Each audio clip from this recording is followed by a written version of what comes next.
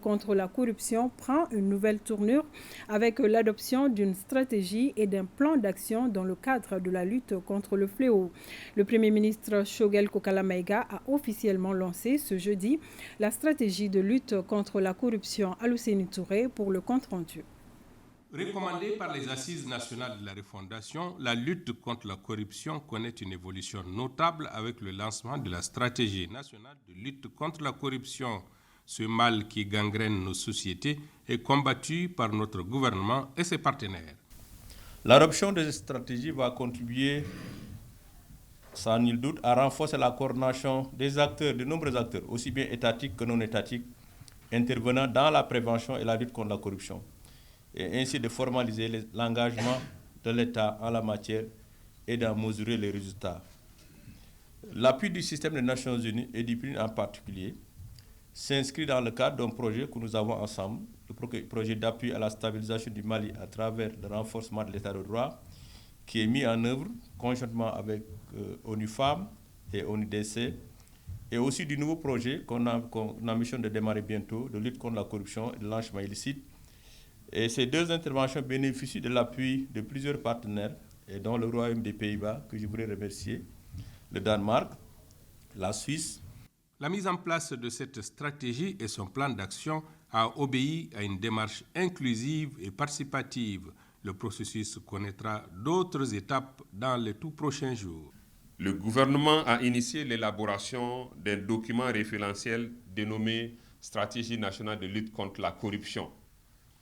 À titre de rappel, le processus d'élaboration du document a été conduit dans une approche inclusive et participative à travers la création, depuis octobre 2021, d'un comité de pilotage regroupant l'ensemble des acteurs du secteur public, de la société civile et du secteur privé.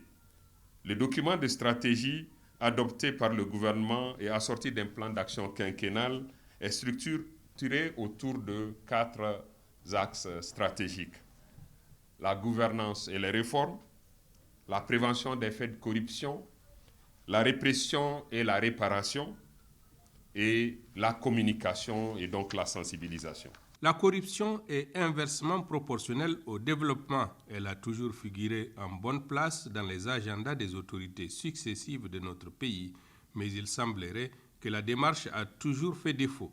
L'espoir repose donc sur cette nouvelle démarche pour amorcer le changement attendu. Aujourd'hui, mesdames et messieurs, la lutte contre la corruption et la délinquance financière est devenue une réalité grâce à l'engagement des autorités de la transition, accompagnées en cela par les organisations de la société civile, le secteur privé, sur lequel je compte beaucoup personnellement, les populations maliennes, dis-je, et les responsables à tous les niveaux.